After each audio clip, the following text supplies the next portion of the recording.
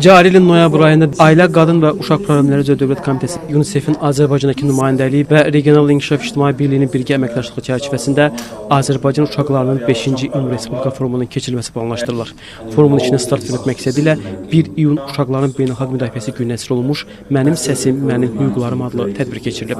Forumun mərhələlərini əks etdirən mövzulara qədər video çıraqlı nümayişi keçirildi.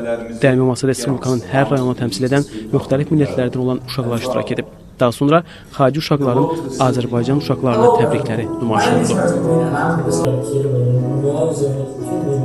Ailə, Qadın və Uşaq Problemləri üzrə Dövlət Komitəsinin sədri Bahar Muradova Vətən müharibəsi zamanı həlak olmuş və zərər görmüş uşaqlarla bağlı edilən müraciətlərdən danışıb.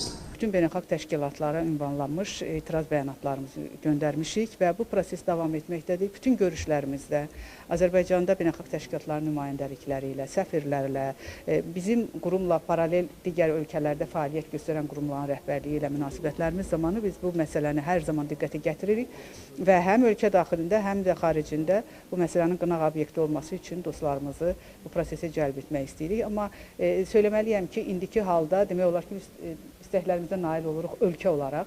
Çünki ölkə prezidenti cənab İlham Əliyev bu sahədə elə bir siyasət aparır, elə bir mövqe sərgiləyir, elə bir qətiyyət göstərir ki, artıq nə təcavüzkarı, nə təcavüzkarlıq siyasətini, nə onun konkret nəticələrini, nə də ki, hər zaman haqqı, hüquqi, mənafeyi qorunmalı olan uşaqlara, qadınlara, yaşlılara, mülki vətəndaşlara və onların əmlakına yönəlmiş cəhdləri, cinayətləri müdafiə etmək, açıq müdafiə etmək mümkün deyildir.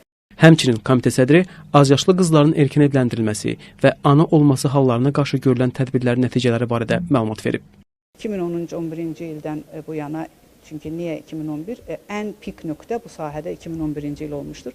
Ondan sonra kifayət qədər azalma var və bu da müvafiq tədbirlərin, görülən tədbirlərin nəticəsidir. Və biz bu sahədə əlbəttə səylərin birləşdirilməsini və yanaşmaların sərtləşdirilməsini tərəfdarıyıq. Bu istiqamətdə bəzi mövqelərimiz var, amma bunlar təkcə bizim istəyimizdən asılı deyil.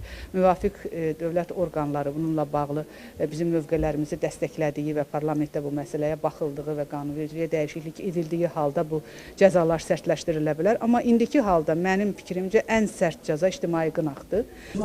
Mənim Səsim, Mənim Hüquqlarım tədbirində iştirakçılar uşaqların internet təhlükəsizliyi, uşaqların şəxsiyyət kimi formalaşmasında ailə və cəmiyyətin rolu və məsuliyyəti kimi mövzularda çıxışlar ediblər.